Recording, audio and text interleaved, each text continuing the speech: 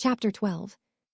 As Alan made his final preparations for the session with Mr. Montero and his company, he realized that the acronym PUCK, while great for the boys' hockey team, might not fit as well in a business presentation. In thinking about how he might organize the 4 keys for his new audience, the word perform came to mind. When he started to focus on it, everything he had learned from Weatherby fell into place. He saw the word perform as an acronym that covered it all.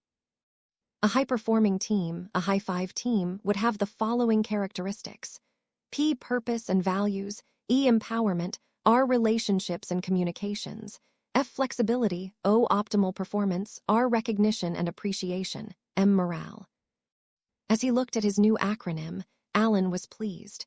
PRFORM recognized that the byproducts of building a great team were optimal performance, winning, and good morale. Members were excited about being part of the team.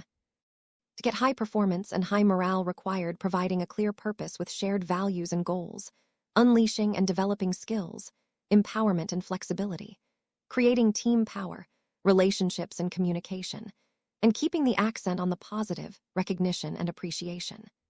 Alan found giving a talk on teamwork a lot easier and more fun than he had expected. He shared the PERFORM acronym along with what he had learned from Weatherby and his experience with the boys' hockey team. He also poked fun at his own puck-hogging behavior in the past. He ended the session where he had started by declaring that none of us is as smart as all of us. Alan's presentation was inspiring, just as Weatherby had predicted. Mr. Montero led a standing ovation. Alan hadn't pretended to know more than he knew, but what he did know he had presented with enthusiasm. He illustrated each point with stories, including ones from his own business career. But the stories the audience seemed to appreciate the most were his experiences as a coach with the Riverbend Warriors. "Alan, you've made a difference," Mr. Montero said as they walked to the exit door. "Your message is exactly what we needed. You've started us on a new journey. Here's your check. While all those people were crowded around you after your talk, I went back to my office and cut a new check. It's twice what I said I'd pay you, and I still think I've received far more than I'm paying for." The last time Alan had been ushered out the door to a company parking lot, he hadn't been a happy man. This time he was grinning from ear to ear. When he showed the check to Susan, she said, "Well, genius, I think you've discovered your new career." Alan's new career began that evening with 3 phone calls. Mr. Montero had gone to a Rotary Club lunch and sung Alan's praises. He gave Alan's number out to several people. Best of all, he quoted the fee he had paid him and told people they'd better sign him up fast before Alan discovered what he was really worth. Susan answered the first call while Alan was out at the store. She went ahead and made the booking. When Alan returned, they decided that Susan would become his manager, so she took the next 2 calls as well. The next call was from George Burton, Alan's former employer. Burton obviously hadn't made the connection. Susan had decided that Alan needed a business name, and when the phone rang the 3rd time, she created Foster Performance Management on the spot.